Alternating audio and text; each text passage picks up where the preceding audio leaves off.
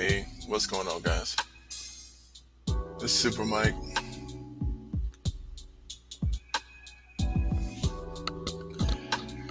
Yes, and yes, I do. I want to talk about this situation again. The Honorable Elijah Muhammad, Malcolm X, and Minister Farrakhan. This is like our Orion's belt. It's like those three pyramids at Giza. This is pretty much like that for Black America. This is almost like a little Trinity for us.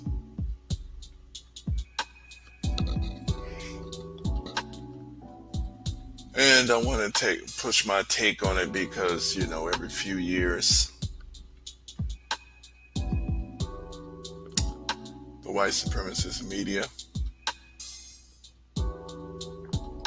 and the government of the United States recognizes that it's a very easy, simple, easy to implement method at getting us to waste a lot of time arguing with each other. But I do want to go through some pieces of information on this because, like I said, this is an opportunity for us to have good discussions and actually to better our discussions with each other on this subject. Hit the like button for me. Go ahead, subscribe to the channel, please. And I'm just going to give my thoughts. Hopefully it won't be too long.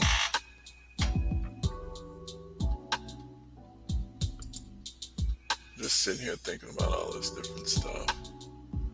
It was Savior's Day. Mr. Farrakhan just gave us Savior's Day delivery. And let me turn this off.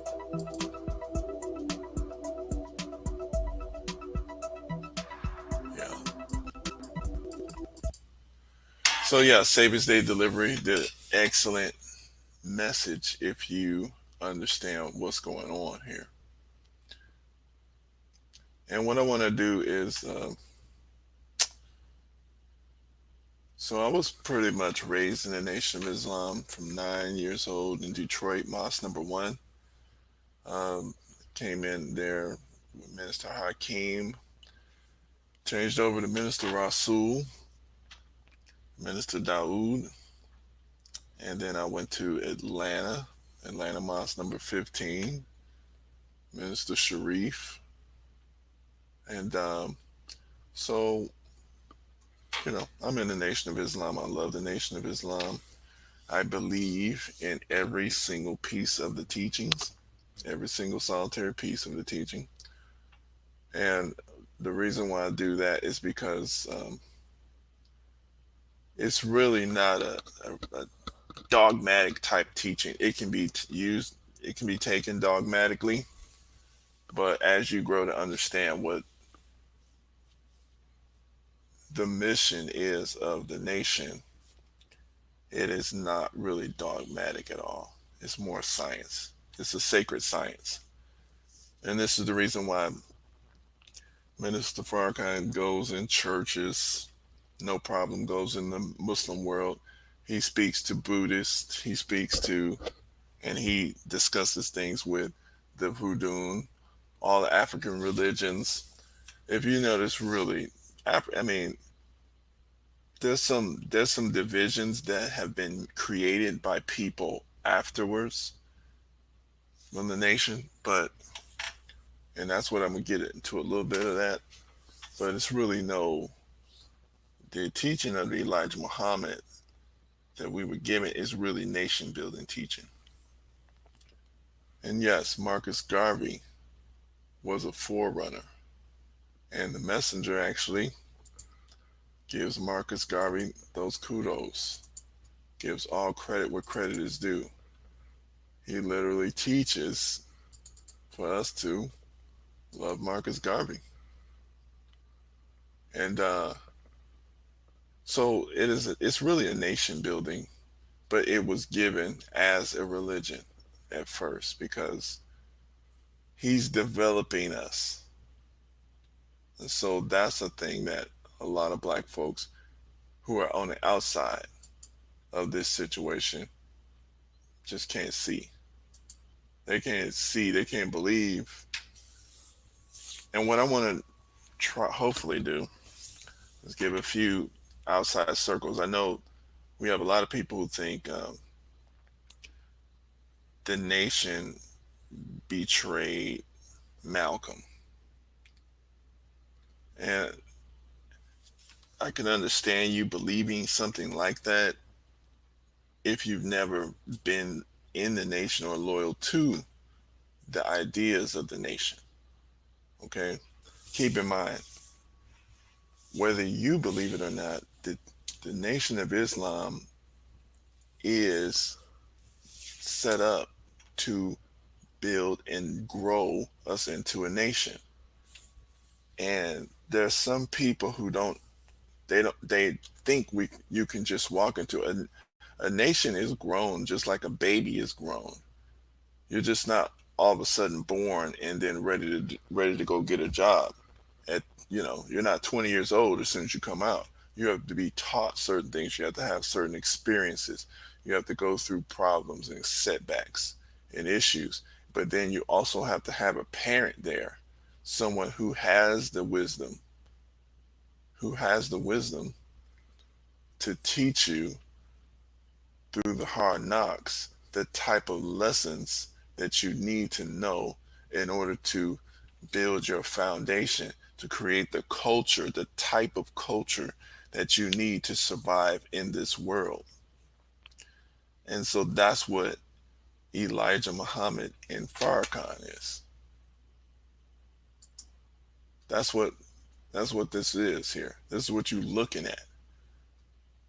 And Malcolm was that father because the Honorable Elijah Muhammad was actually teaching him to set up, to take over, to sit in the seat of the father.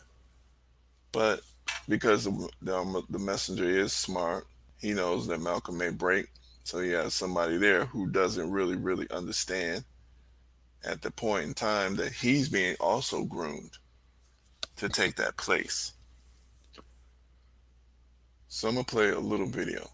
And keep in mind, this is going to be very difficult for people and to understand. And really, it's not necessarily for you to understand. I'm just putting it in my way. Hopefully, the people who can understand what I'm saying, then you'll at least get the perspective. But there's some people they're going to just because they're filled with pain and anger, directed at Farrakhan because Farrakhan is defending the baby. He's defending the work of the nation. You see what I'm saying? For example, let's look at America, the United States of America. The United States of America is a nation. When the settlers first began to come over here from England in like 1607, I believe, Mayflower and all of that. The English settlers, when they had the Jamestown, Virginia settlements and all of those type of things. Of course, there was much activity prior to that, but from that point, from 1607 to 1776, what is that? It's about 169 years. So from 13 colonies. So from 13 colonies to um, 50 states? Well, just even to 17, excuse me, to just nationhood, to the War of Independence. It's 169 years. Black people have been, on paper, have been freed from chattel slavery in 1865. 1865 to 2020. What's that? about 155 years, right? Yeah, what is that? Uh, yeah, 155 years. So we need to understand this is the goal of the nation. People who fight for the nation, for the War of Independence, today you look at them as patriots. George Washington, the Continental Congress, all of those people who were fighting in the Revolutionary War. Okay, Crispus Attucks, the black man who died to, so the first man who died for the War of Independence, even though there's slavery going on here. But those people today, through the eyes of the citizens of the country, are looked at as patriots, but at that time they were rebels. That's a pipe dream, you know. So when people looking at the Nation of Islam, you're looking at the founding fathers right now. The This is the vision that you're looking at, and through the opposition, through the opposition, we've survived. So I'm going to show this clip here. Hold on a second if I can get to it. Hopefully you guys can hear it. Show a clip at Savers Day here.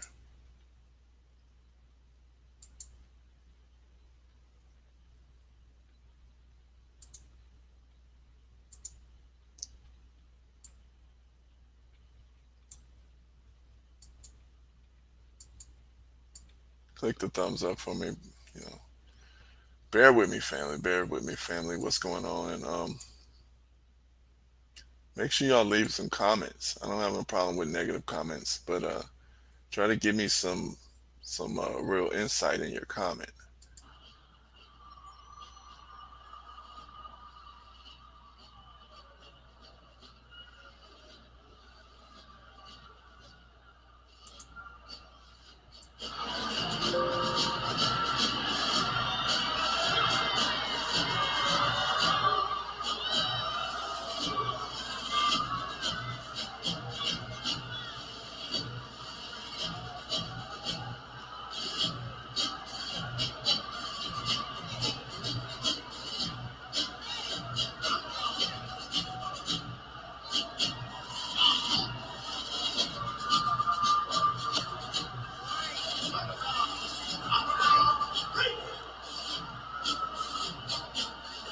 To the nation.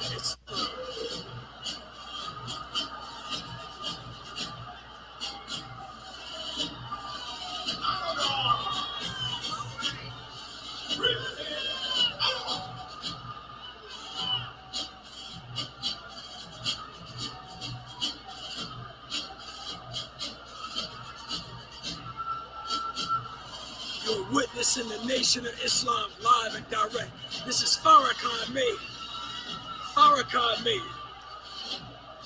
You are witnessing the power of Farrakhan. You are witnessing the power of Farrakhan.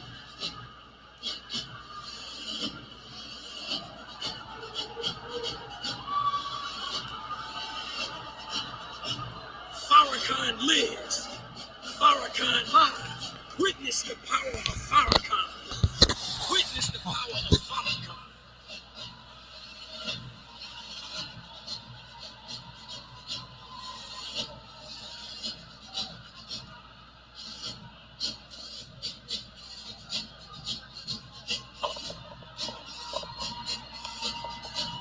Happy Savior's Day 2020.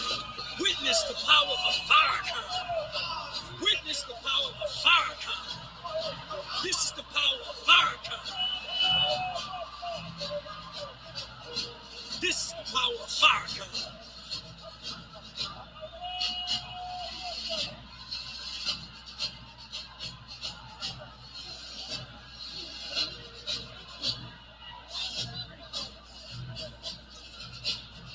Live. Detroit, Michigan. Black Bottom, Mecca. The Nation of Islam, 100%. The Nation of Islam lives.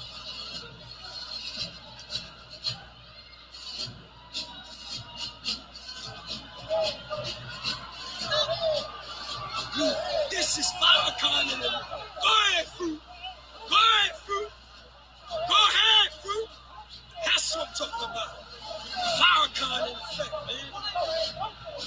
Go ahead, Fruit. Happy Savior's Day. Happy Savior's Day.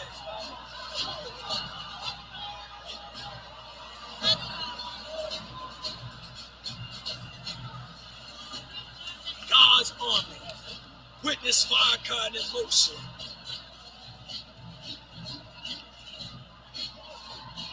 The mighty women of God. See it for yourself.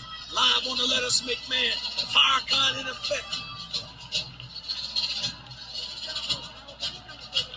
Yes, sir.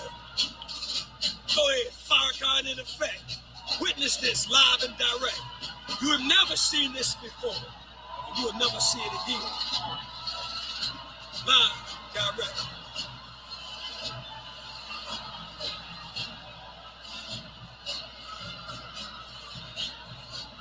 Women of God. Farrakhan made. All right, hopefully you guys can hear that. But you hear the pride in that brother's voice. Just imagine that it's very prideful. This is what is being developed and being built. You know, this is what's being developed and being built, and it's being built with wisdom. You know, with a deep wisdom. And these is, if you see, those are very young people. Those are not. Those ain't old folks. These ain't old people. Young men, young men. And on the other side, there were women. He just was on the men's side. So this is the beginning of a nation. So when you and so now these these just regular black folks off the streets in the United States, right? This is what people are thinking, that we're nothing.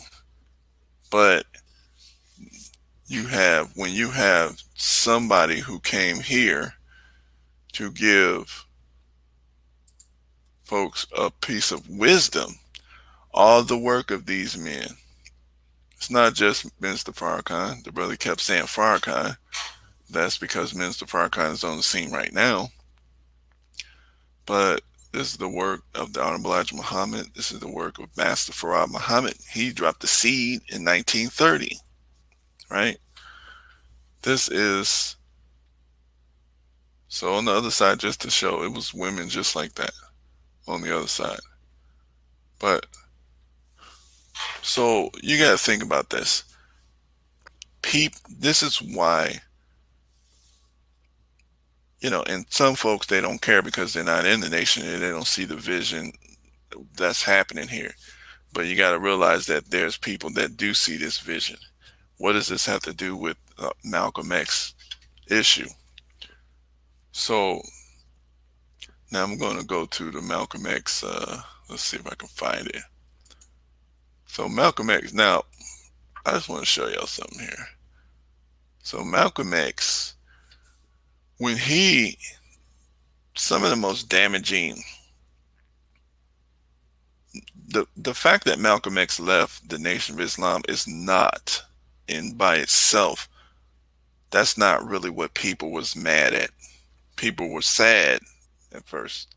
They were not mad at him because he was really, if you look at the history straight up, he was pretty, there was a lot of jealousy internal in the nation. There's a lot of details that he's seen, especially him being almost basically the number two guy spiritually.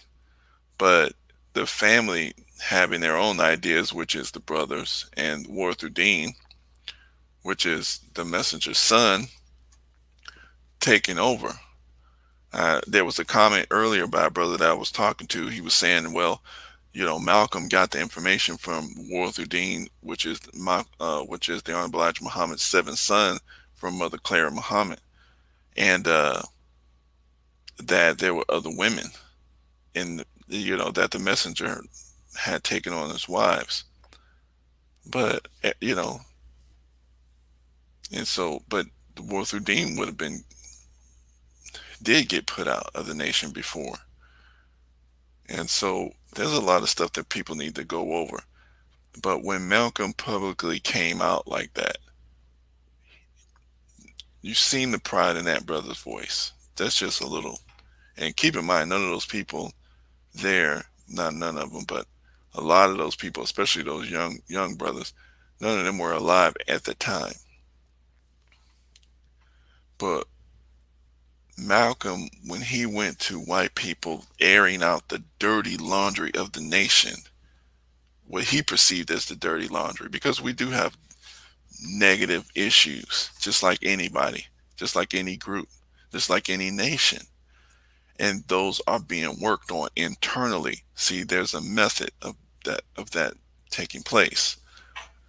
But I'll just give it to you right here.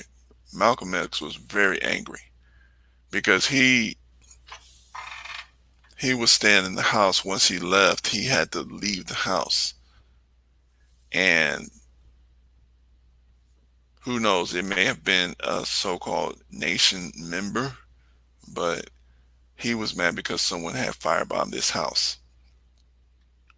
Keep in mind, the people who hate Malcolm at this point, you got the J. Edgar Hoover, who's who's loving the contention. If you listen to the questions that the reporters are asking Malcolm X, you can see that they're asking questions, probing questions, trying to pit him against the nation, pit him against the nation. Again, they want him to go further, more division talk. This is what they want to drum up that anger in the black community.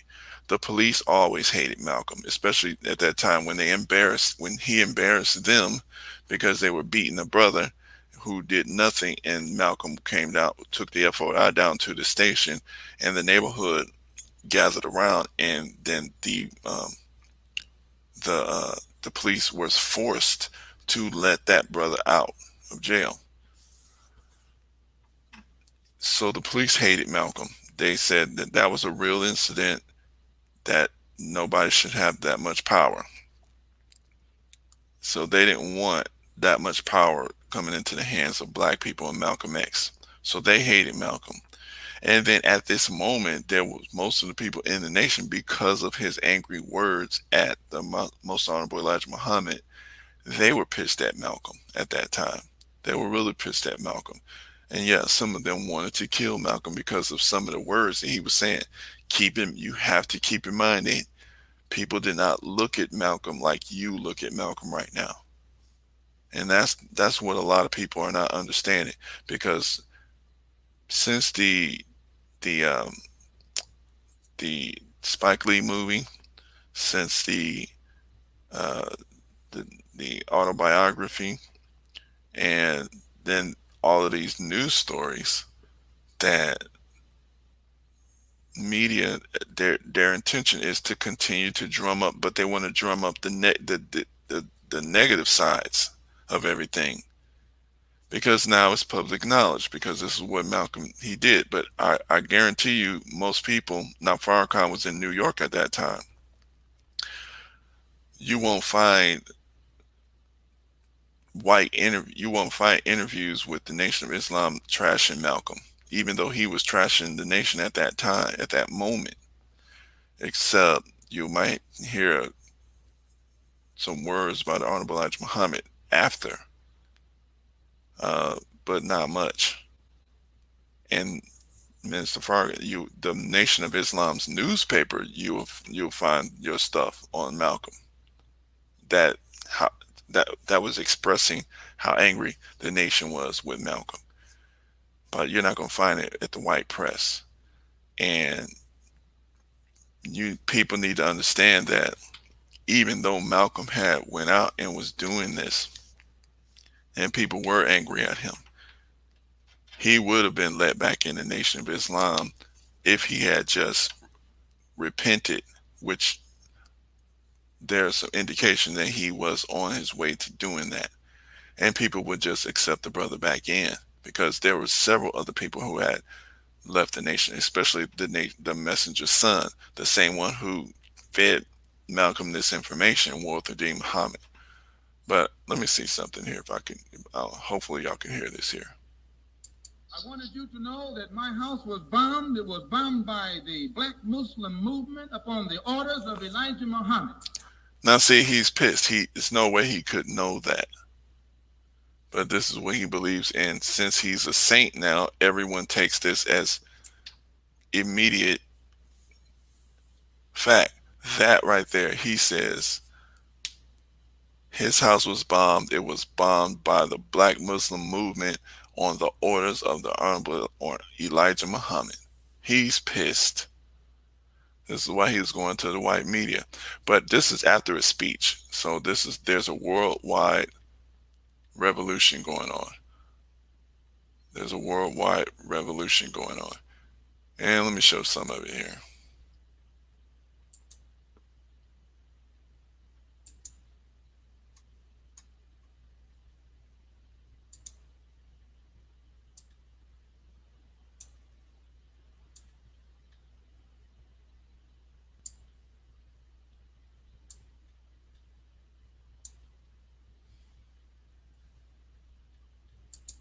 Now they had come around they had planned to do it from the front and the back so that I couldn't get out. They covered the front completely, the front door. Then they had come to the back, but instead of getting directly in the back of the house and throwing it this way, they stood at a 45-degree angle and tossed it at the window, so it glanced and went onto the ground. And the fire hit the window, and it woke up my second oldest baby. But the fire burned on the outside of the house. But had that one gone through that window, it would have fallen on a 6-year-old girl, a 4-year-old girl, and a 2-year-old girl. And I'm going to tell you, if it had done it, I'd taken my rifle and gone after anybody in sight. I would not wait. And I say that because of this. The police know the criminal operation of the black Muslim movement because they have thoroughly infiltrated it. The only So let's look at that right there. That statement. Number one, he says, if he had had his rifle and seen it, he would have gone after anybody in sight. Because he's blind. You're in blind rage at that moment. And he still is in rage at this moment. He's a little blind right now. And this is the thing that a lot of black folks do not want to deal with. The statements that we're getting from Malcolm, he does know a lot of truth, but he's speaking them in a way that is, he's angry because he wants revenge from who he feels was responsible for his pain here. So he knows he doesn't have the personal power to attack the black Muslim movement. So what he wants to do is he's inviting the white man in, basically. And this is why he was referred to in the language of a traitor. So this is why you had the Muslims mad at him. And you had Minister Farrakhan very angry with him at that time. And very angry with Malcolm and what he was doing at that time. I mean, and that's just the bottom line, guys. You know, and just because, I mean, if family becomes angry at each other, they may not speak with each other for a while, but doesn't mean that both sides are evil. It just means that they were pissed at each other for something. Doesn't mean that Farrakhan killed Malcolm, even if he wanted it to happen. I'm just trying to just be real with you. Minister Farrakhan said that he spoke words like that. He admitted that to Malcolm X's daughter. There's no denying that. But a lot of folks were speaking those words, and many people, especially during that time, spoke those type of words towards Malcolm at that time. And so, you know, you can, you know, they were pissed at Malcolm. This is just the plainest way we can say it. We don't need to deny anything, but we don't want to overdo it because you're not going to accept responsibility for things that you're not responsible for. But Malcolm was pissed. Thing that I regret in all of this is that two black groups have to fight and kill each other off. And so he was aware right there. And the government's been using that all the way from that time. This is 55 years ago to 2020. They're using the black nationalist is using this to go after, well, the black African centered community, which a lot of Muslims, most of the Muslims are black African centered, and we are black nationalists. But the Nation of Islam does transcend in different circles because we have a wider mission. But the first mission is black. And see, this is what a lot of folks don't understand. I mean, we're not going to go into all that. We try to keep most of this to Malcolm X, but this is trying to put a cap on a nation, which is the black nation, because eventually, even if your generation doesn't get in, your family in this generation doesn't get in order to survive the situation that America is going through, you're going if you're black, you're going to have to come on with the nation, meaning because it's not necessarily that you have to join the the spiritual side of the nation, but you're going to have to align. We're going to have to all align with each other at some point. And if you are so hell bent on hating Minister Farrakhan and hell bent on hating Honorable Elijah Muhammad, what you're going to do is you're going to reject it. And what we're going to have to deal with, we're going to have to deal with the source of this anger, some of the source, in which is Malcolm. But we can't deal with it based on misinformation from white folks. And that can't be even our business. You know, that's the bottom line. The bottom line is, at the end of the day, we're supposed to be like, okay, I love you as a black person, but we got this problem here, and we need to figure out a smart way to deal with this. Okay? So that should be the heart. That should be the condition of your heart. Your heart should not be where we need to dismantle you guys, because the Nation of Islam is not going anywhere. I mean, and so. Elijah Muhammad could stop the whole thing tomorrow just by raising his hand. Really, he could. He could stop the whole thing by raising his hand. But he won't. He doesn't love black people. He doesn't even love his own followers, proof of which they're killing each other. They killed one in the Bronx. They shot another one in the Bronx. They tried to get 6 of us Sunday morning. And the pattern has developed across the country. The man has gone insane, absolutely out of his mind. Besides, you can't be 70 years old and surround yourself by a handful of 16, 17, 18-year-old girls and keep your right mind. Now that was a lie. This is the youngest wife. That's Mother Tanyetta. And that's Minister Rasul, who was my minister in Detroit back in the 90s. But when she became a wife, she was 20. She was in her 20s. She joined the nation at 17, but when she became a wife, she was in her 20s. Whatever you guys want. And she was the youngest one. The other ones were in their 20s. But whatever you guys want to say about that, the brother Malcolm just lied at that point, because even if he was surrounding himself with secretaries, he was not engaging with 16 and 17-year-olds. Okay. And that's coming from a position, a point of pain. And we can talk about that, but the point is, we need to deal with that misdirection at that moment of pain that Malcolm X had. You can't do it. The Muslims claim that you bombed your own house. That's what I said.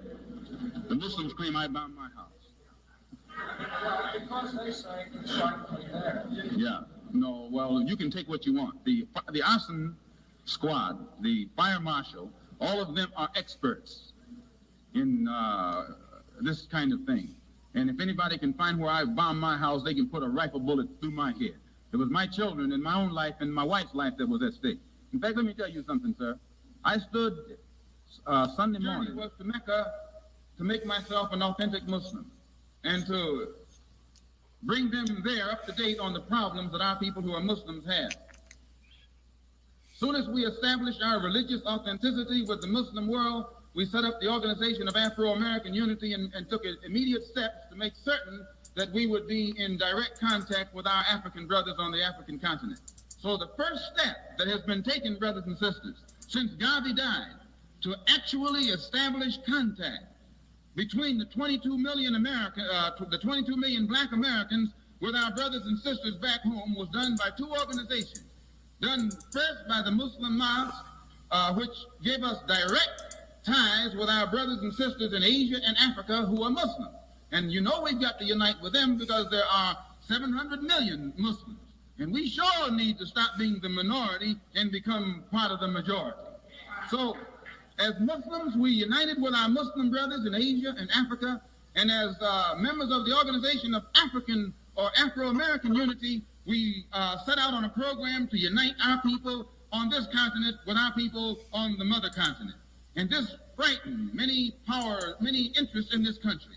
Many people in this country who want to see us the minority and who don't want to see us taking too militant or too uncompromising a stand are absolutely against the successful regrouping or organizing of any faction in this country whose thought and whose thinking pattern is international rather than national, whose thought pattern, whose hopes and aspirations are worldly rather than just within the context of the United States border or the borderline of the United States.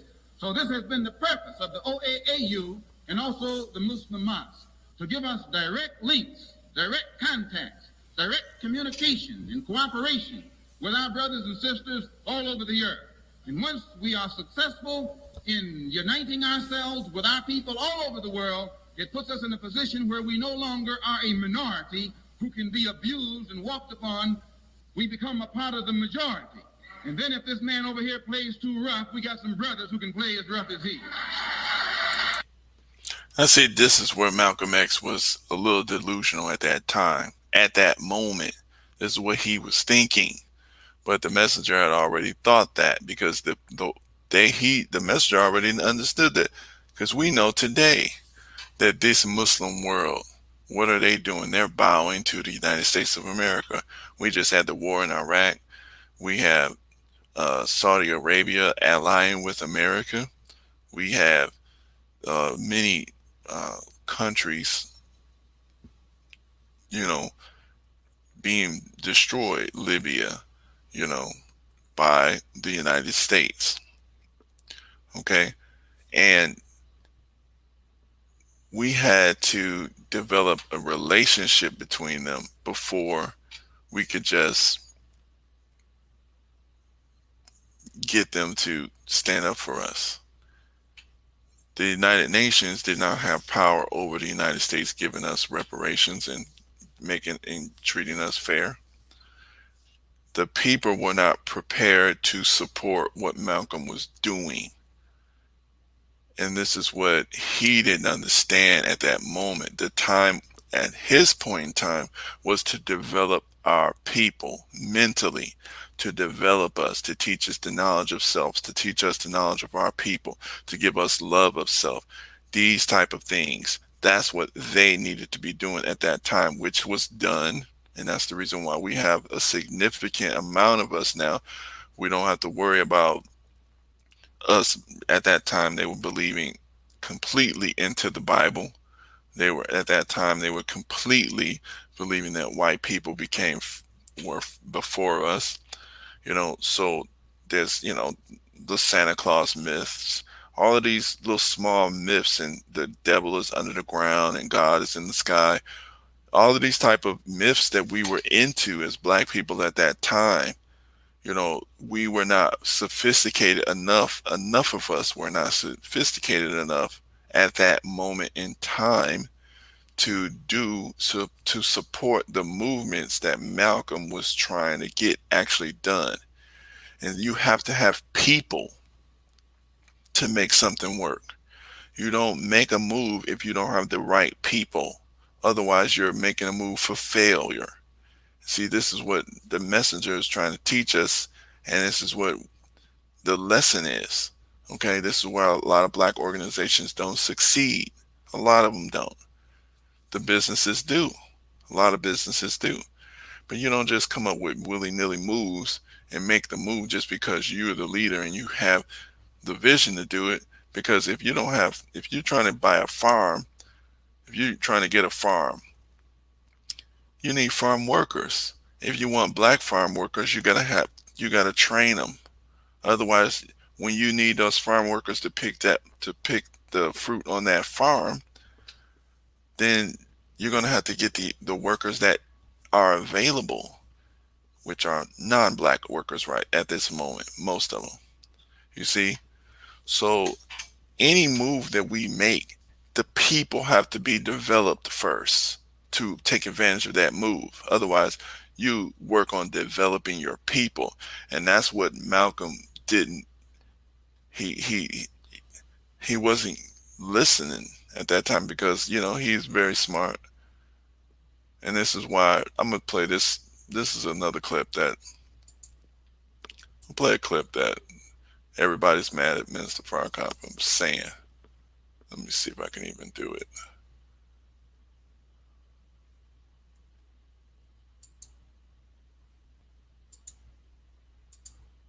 Let's play this one here. Let's see.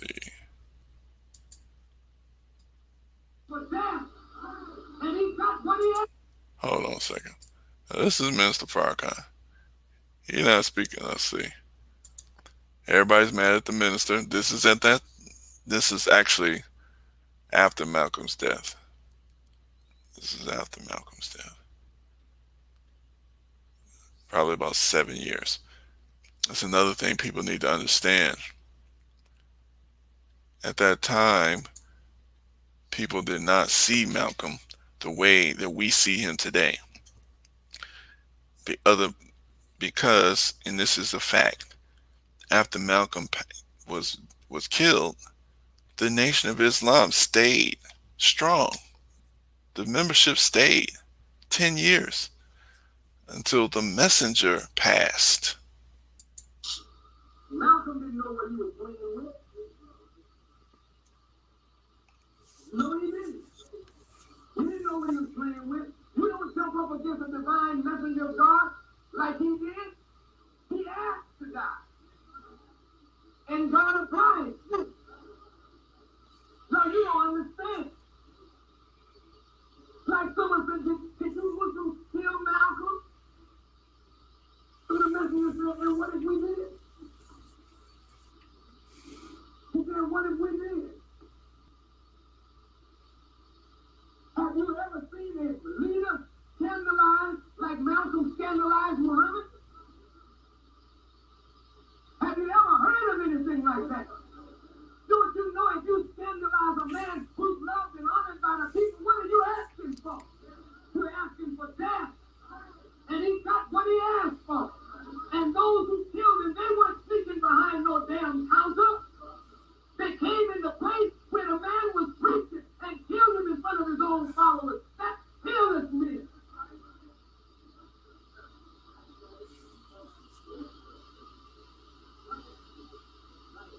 And those who were there to guard him, they were ducking. Damn cowardly dogs. Ducking and running under poles instead of trying to protect the man. And you say it's your leader? You damn punk, you don't have no leader.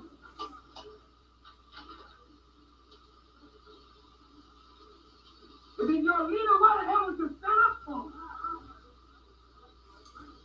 Now all of a sudden they can serve you a dead man on a platter. And you lead him up as your leader, not knowing nothing about him while he was alive and know less about him now that he's dead.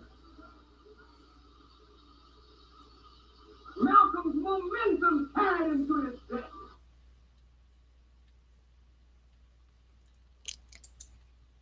So It's Sway in the morning.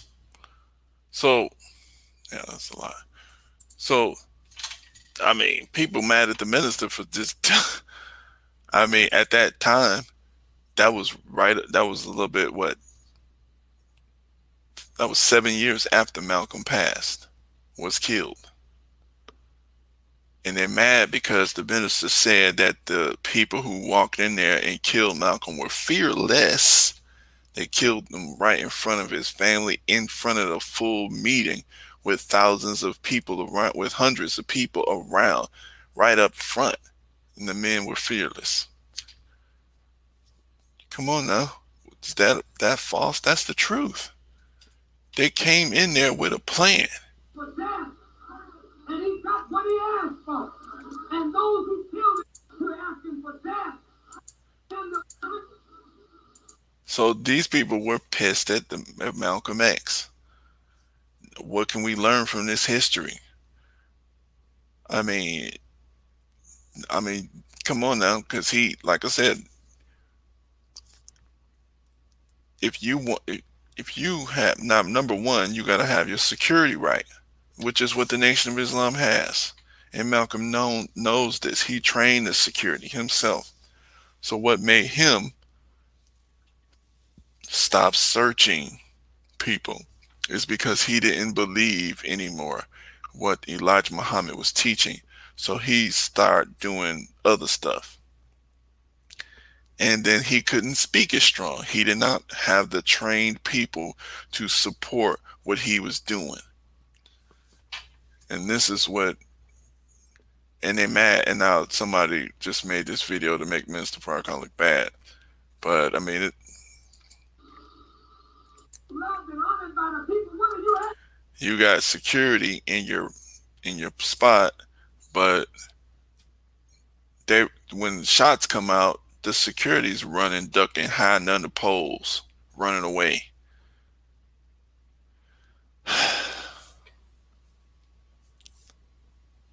I mean, the Nation of Islam didn't tell Malcolm X to stop searching people at the door.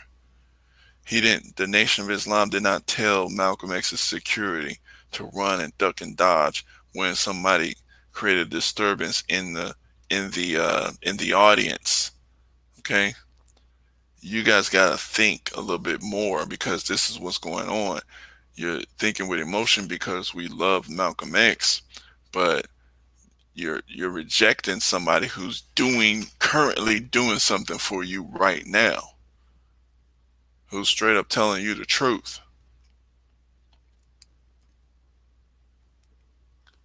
And so, I mean, we can talk about this a whole lot. We're not going to go through all of that.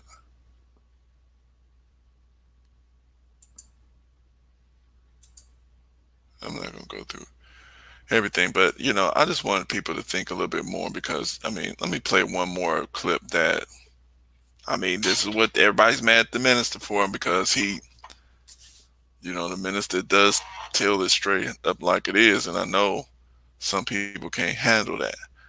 Here's another clip. Let's play this real quick. Now the minister comes on. Now look at how the white man now keep in mind we're talking about this again. This is 2020. This particular clip is from 2012. This is 8 years ago. So every 4 years they run this up for us. Every 4 years.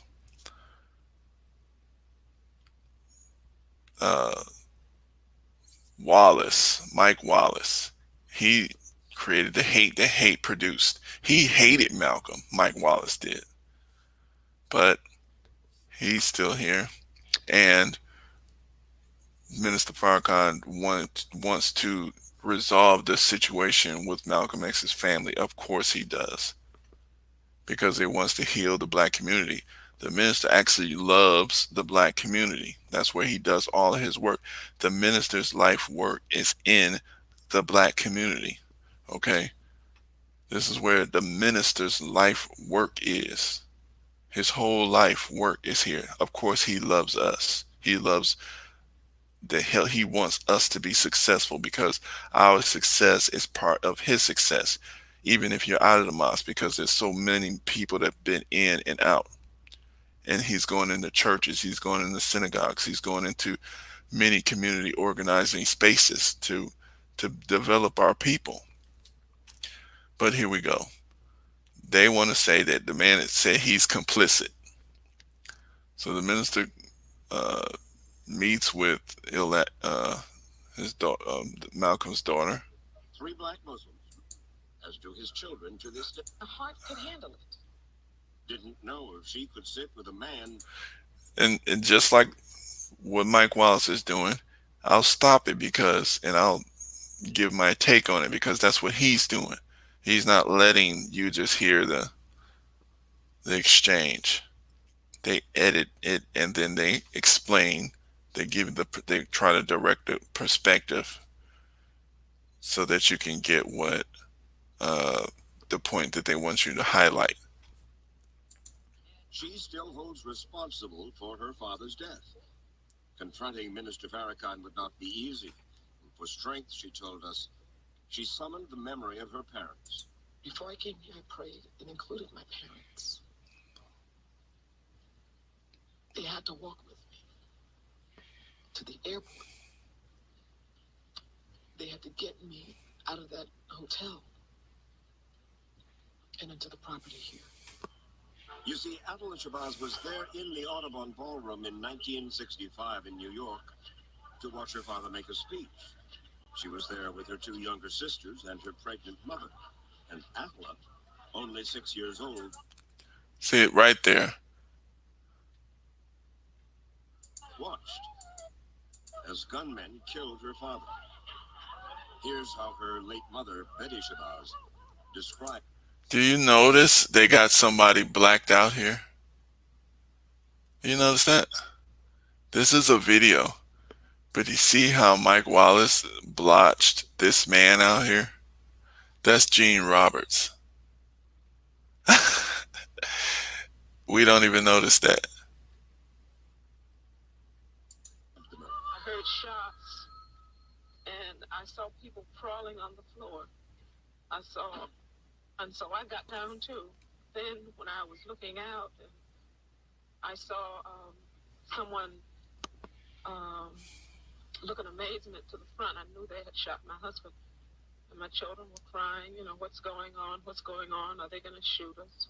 I'm a child with a forever memory of the most significant man in my life standing at a podium and falling backwards. That's forever. Miss Shabazz, for several months, I carried the picture of your father with all of these bullet holes in his chest. And I looked at the man that taught me, the man that nurtured me, the man that was the example of a man to me. And I wept. His pain came from their shared history. As is well known, Malcolm was a dope peddler in street. And Malcolm taught Farrakhan how to live of Elijah Muhammad. There was a dynamic inside of the nation that troubled Brother Malcolm at the highest echelon of leadership. Well, the fact of the matter, was envy. There was envy. Envy of Malcolm. Of Malcolm. By there you? No, never by. You see Wallace? See Mike Wallace? Why he want that gotcha moment. And this is why, black folks, we got to be careful. We have to give balance to both sides. At least do that. At least give balance to both sides when you're analyzing these situations. Otherwise, you will get caught up into the crap. Like I said before, when it all comes down to it, when it's all said and done, white people are the ones that kidnapped us, enslaved us, tricked us, killed all our leaders off, destroyed our black Wall Streets. They get jealous every time it looks like we're getting a little money.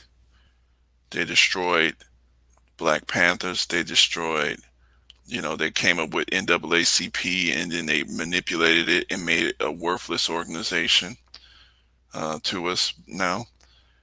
They manipulated the civil rights movement, made it worthless to us. They stole all our economy with the trick of integration. They never mainstreamed us. They poisoned us, and they want us dead. They want to steal our money, and they want us dead. So our black leadership that's loyal, that has not sold out, is going to experience the most pressure because, you know, they are holding the line for us. Okay, for those of us who want to still fight for black empowerment. And they will lie on that black leadership. Minister Farrakhan and the Nation of Islam is one of the strongest, probably the strongest single black group, and it is a black Muslim group, and it's the strongest single organization that is geared towards real power for our people. And so, of course, they're going to try to destroy that because they wanted it gone by the 60s, which it did not go. And so, if we, when it's all said and done, the minister is creating value for our people. He's creating things that are valuable for us. Um, and if your family rejects every valuable thing that this man is giving his life for, it's going to be your loss, but it's also going to be the loss of our community because it's going to take us longer to develop the amount of people ready to make the next step in independence in our development. See, the longer it takes us to develop our people, that's the longer it takes for us to actually get what we're trying to get, which is self-determination. Never by never by me. Never. I truly loved this man. Who envied him?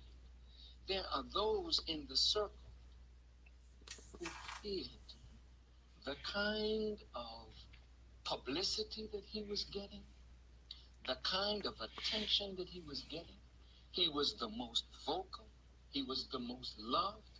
He was the most honored and respected. And he outshone the Honorable Elijah Muhammad. In certain areas, yes. In 1964, Malcolm X broke with the Nation of Islam to form his own organization based on orthodox Muslim principles. Talk about his benefactor, Elijah Muhammad, in trying to rob him of the divine glory which Allah has bestowed upon him. Such a man as Malcolm is worthy of death. This was only 2 months before he was shot down. That is why people believe that you were responsible for the death of Malcolm X. No, not at all. My name was not among those at that time who were considered the players.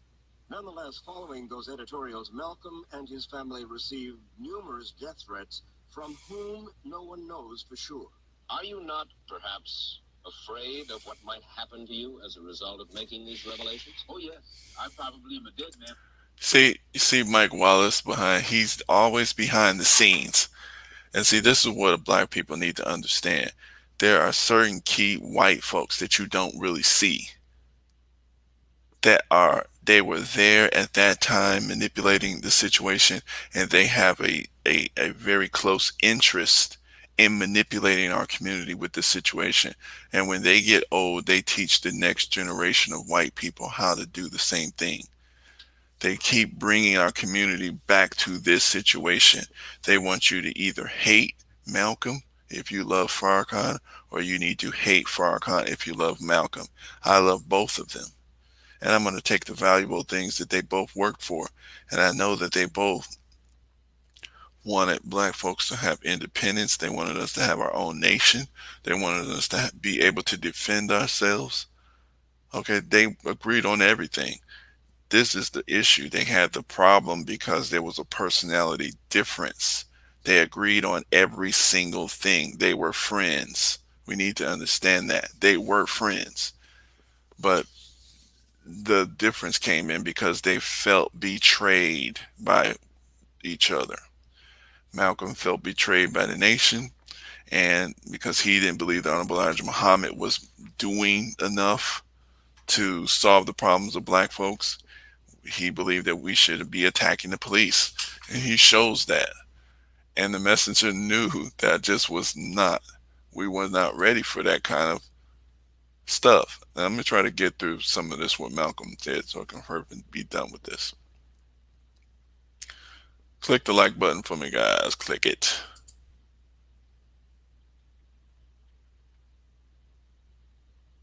And hold on a second here. Hold on 1 second. Let me see if I can.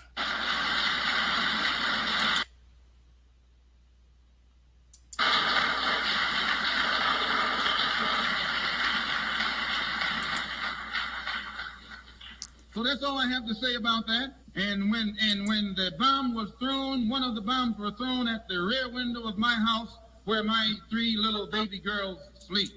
And I have no compassion or mercy or forgiveness or anything of that sort for anyone who attacks children. If you attack me, that's one thing. I know what to do when you start attacking me. But when you attack sleeping babies while you are lower than a...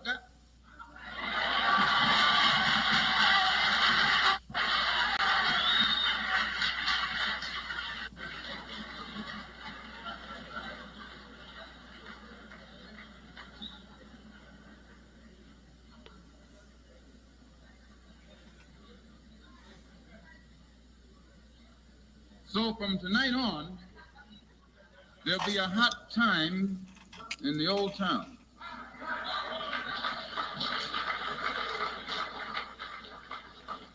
With regret, with great regret.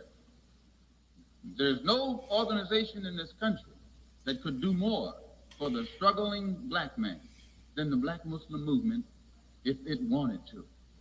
But it has gotten into the possession of a man who's become senile in his old age and perhaps doesn't realize it. And then he has surrounded himself by his children who are now in power and want nothing but luxury and security and comfort and will do anything to safeguard their own interests. So now we see that the minister, when Mike Wallace questioned him, that's what the minister was talking about. There was jealousy. Malcolm felt that there was a dynamic in the nation that Malcolm was troubled with, that he was pissed at. Now, if we see, though, in the beginning, he came out blazing that his house had got bombed under the direct orders of the Honorable Elijah Muhammad. But now he's saying how, well, the man may be senile, his children are taking power, he's too old, he don't know, he could do more. You see, so we got to be careful. Malcolm is a human being. And when people are pissed, sometimes they say stuff just to hurt someone that they're not really thinking clearly on. I want to get to this one part on here, but I'm going to leave this link here so y'all can see this full video without my commentary of Malcolm. Leave your comments for me. These reporters start asking him these questions here. Hold on a second here. No, but the Organization of Afro-American Unity intends to get involved in every kind of action that's going on in New York City. We don't intend to let anybody downtown influence us in any way, shape, or form. We want the influence to come from Harlem and from other Harlems around the country. Now, this doesn't mean we're anti-outside of Harlem. This doesn't mean we're anti-Bronx or anti-White Plains or anti-white or anti-German or anything like that, but it means we're pro-Harlem. We're pro-ourselves. We want to start doing something for ourselves. That's all it means. It means that we want to stop begging you for your school. We want you to get out of the way and let us straighten out the schools in Harlem.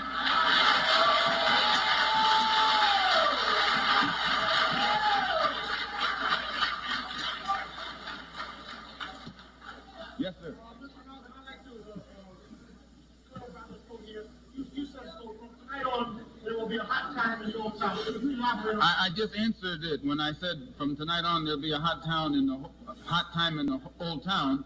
I answered it when this gentleman over here asked. It's a song that we used to sing. An implication, an implied threat. I never imply any threats to anyone.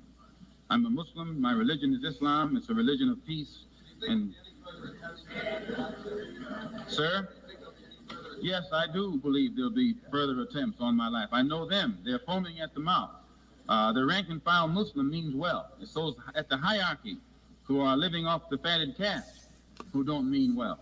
And this coming Sunday at 2 o'clock, as I say, our program will be unfolded. Elijah Muhammad knows he has done some good things, and he has done some bad things. He knows that if he had wanted to, he could have united our people with the Muslim world just by teaching the right religion of Islam. He could have done so.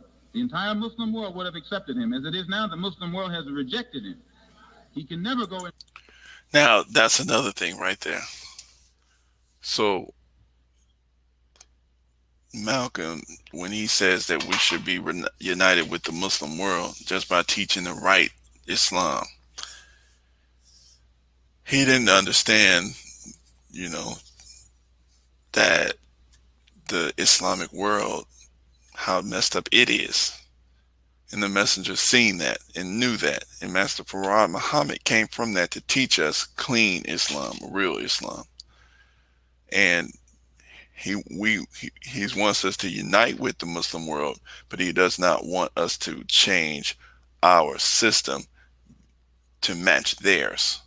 That's not uniting. You see, that's just, submission to a altered form of Islam. That's a slave making Islam. And we know that today. But Malcolm had just been introduced into them, and that was all beginning at that point. And see, this is what a lot of folks don't understand. The Muslim world, we're going deeper into the history now with all the debates and everything like that. And we're knowing that there's different factions in Islam. Okay. There is a pure Islam, okay, which is what the Prophet Muhammad taught. But then there's factions of Islam that have slave-making cultures. This is what we're seeing in Libya, the Qataris, the Saudi Arabia royal family, and what's going on there. There's factions in Islam, okay, that have control in a lot of areas that have slave-making culture. Okay, so this is what Malcolm did not see. And this is the reason why our Islam, the Nation of Islam, is a freedom, justice, and equality culture. We're anti-slavery.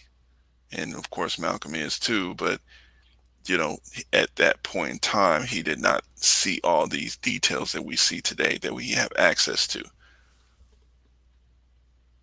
To the Muslim world, saying that he's a prophet or that Allah came over here in the flesh. They would cut his head off if he said that over there. I mean, he knows this. None of his followers can go over there without denouncing him.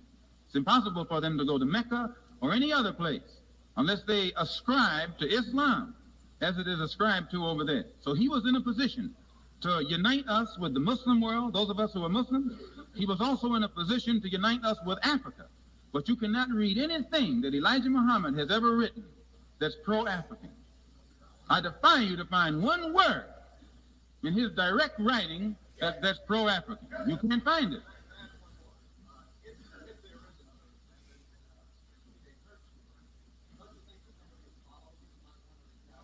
Listen to this question this man asked me. What are you trying to get at? No, he asked me, look, now I got to tell him what you asked me. He asked me, don't I think if I got hurt, wouldn't some of my followers retaliate? What are you trying to say? Or what are you trying to get me to say?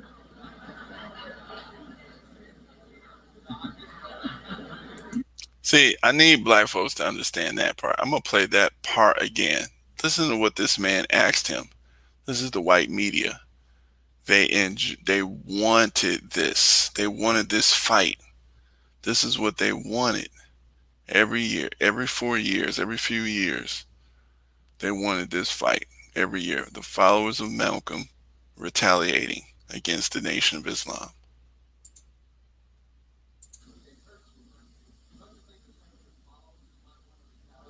Listen to this question this man asked me. What are you trying to get at? No, he asked me, look, now I got to tell him what you asked me.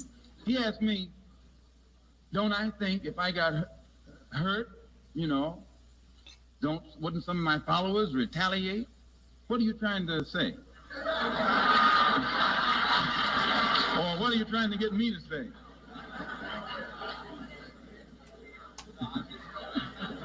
I mean, it's okay. I'm not going to get you in any trouble. These are your friends in here. But I just want them to hear what you're asking me. That's all. I just want them to hear what you're asking me. You wouldn't get no trouble in here, would he? No. Yes, sir. Last question.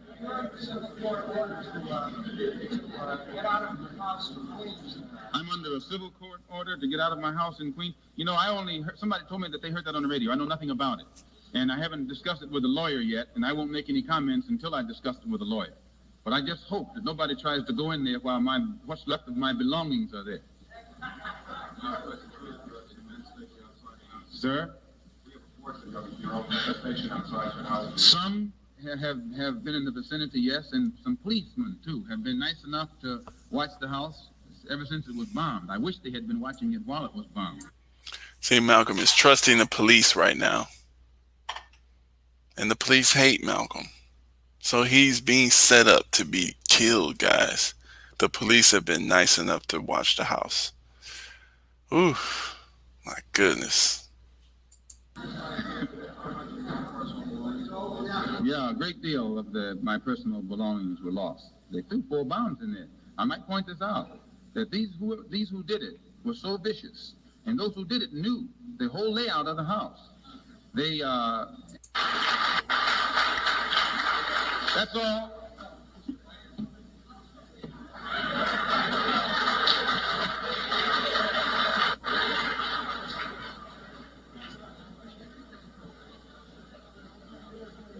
There's brothers and sisters. Here's the Saturday Evening Post, dated February the 27th, 1965. And in it, there's an article titled, "An Ex-Official Tells Why the Black Muslims Are a Fraud." This is one of the brothers in Boston who was formerly the secretary up there, and who is the cousin of Ronald Stokes, the brother who was killed out in California in April of 1962. And I would like to say this before anything else, and that is, don't think that I don't know how bad I make myself look by attacking an organization that I was once so inseparably a part of. But I'm not particularly concerned with how bad it makes me look. My prime concern is to expose it to the fullest of my ability. Let the chips fall where they may.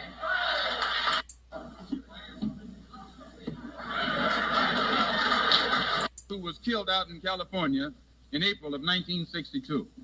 And I would like to say this before anything else, and that is, don't think that I don't know how bad I make myself look by attacking an organization that I was once so inseparably a part of. But how bad it makes me look. My prime concern is to expose it to the fullest of my ability. Let the chips fall where they may.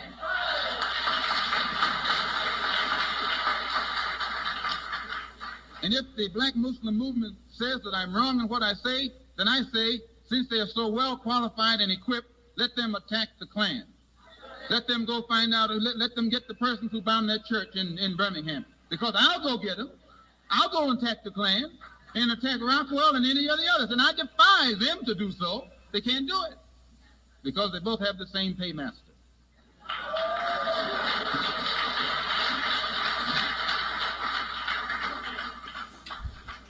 So now our question period, and you have to stand up because I can't see beyond this man's light.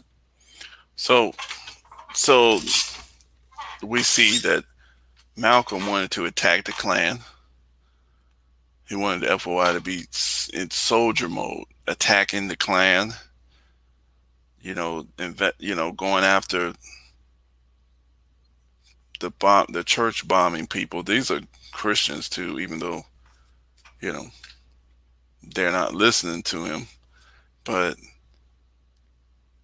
he's telling the nation to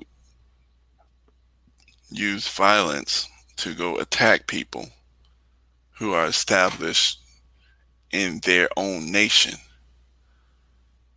So you got to think about this. The messenger is thinking about the how this thing goes, and he's negotiating deals. And when Malcolm says, "Oh, they have the same paymaster," now Malcolm knows that the Muslims raise the money from the streets. He knows that, but he's saying that H.L. Hunt, a white billionaire businessman, oil guy, because he may have sent some money to the Honorable Elijah Muhammad and make some and have gave some money to the Nation of Islam. He's saying that that's that money. That's the reason why. You see, Malcolm is exposing stuff to people.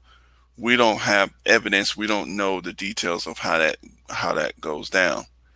And what he's doing there is that's the reason why the Muslims, especially at that time, were extremely angry with Malcolm X. And so, of course, even the jealous ones that was already angry at Malcolm for the wrong reasons, because they was liars and cheats, and Malcolm was rooting them out. But now they had more of a legitimate reason to get mad at Malcolm X. So I just wanted to put this out there. I mean, I'm gonna leave all these links in there. There's more stuff on this. This many years, but I'm gonna end this off by saying this. You know, if you get all deep into when you study in history, if you get if you want to restart a war, you want to restart ancient, old. Even some people go start studying Egyptian history, and then they get mad at the Asiatics versus this people, the Egyptians, and then they get mad at the you know Hebrews and all the ancient wars, and they want to relitigate these ancient wars. You're studying history absolutely, and you're reliving the history, which we already know how that turns out. It's a failure. So you study history to go beyond, okay, to change the mistakes, to correct mistakes. And what we know is that we don't go to our enemy to solve our problems. We don't go to our enemy to solve our problems. We do not go to the enemy to solve our problems. Okay? Our objectives. Now you say, oh, well, if he took the money, I don't even know if H.L. Hunt was making those donations. I don't know. Malcolm doesn't even know the details of why that money was given or what was going on. Now, the Lincoln Rockwell issue, he's going to make reference in here about that too, about the messenger making deals with the KKK for land. That's what you do. You negotiate land deals. But Malcolm was under the impression he had this heart because his revolution was bloody, which it is bloody, but they're doing the nation is doing a revolution without as much blood as other revolutions had. You don't have to murder people to take land.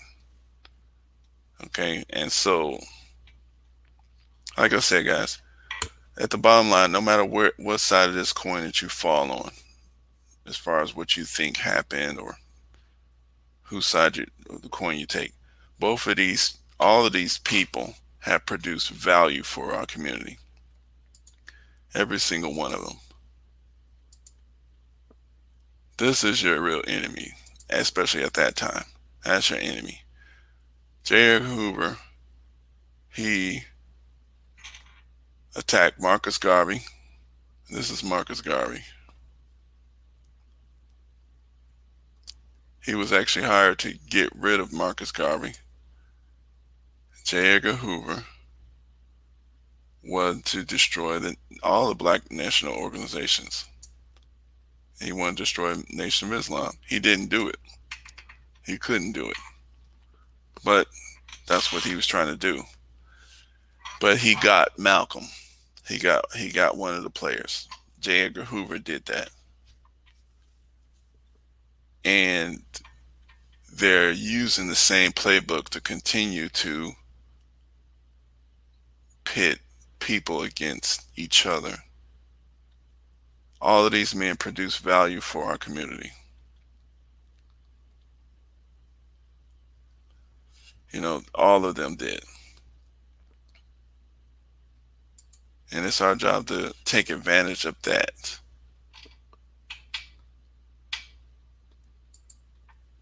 We need to take advantage of that, those valuable resources that these people have given us, the history that they've given us, the documents that they've given us, the knowledge that they've given us, the wisdom that they've given us, and even the mistakes that they've given us to learn from.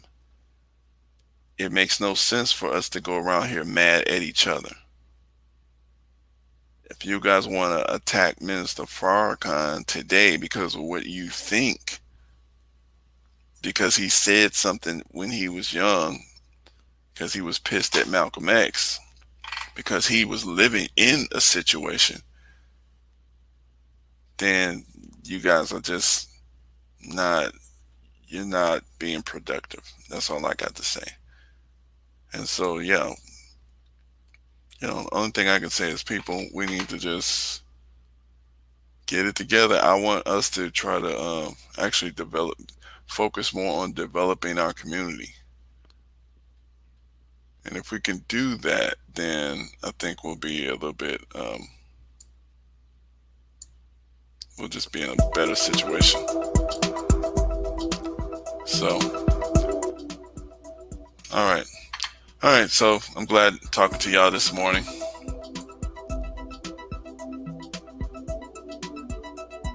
And peace.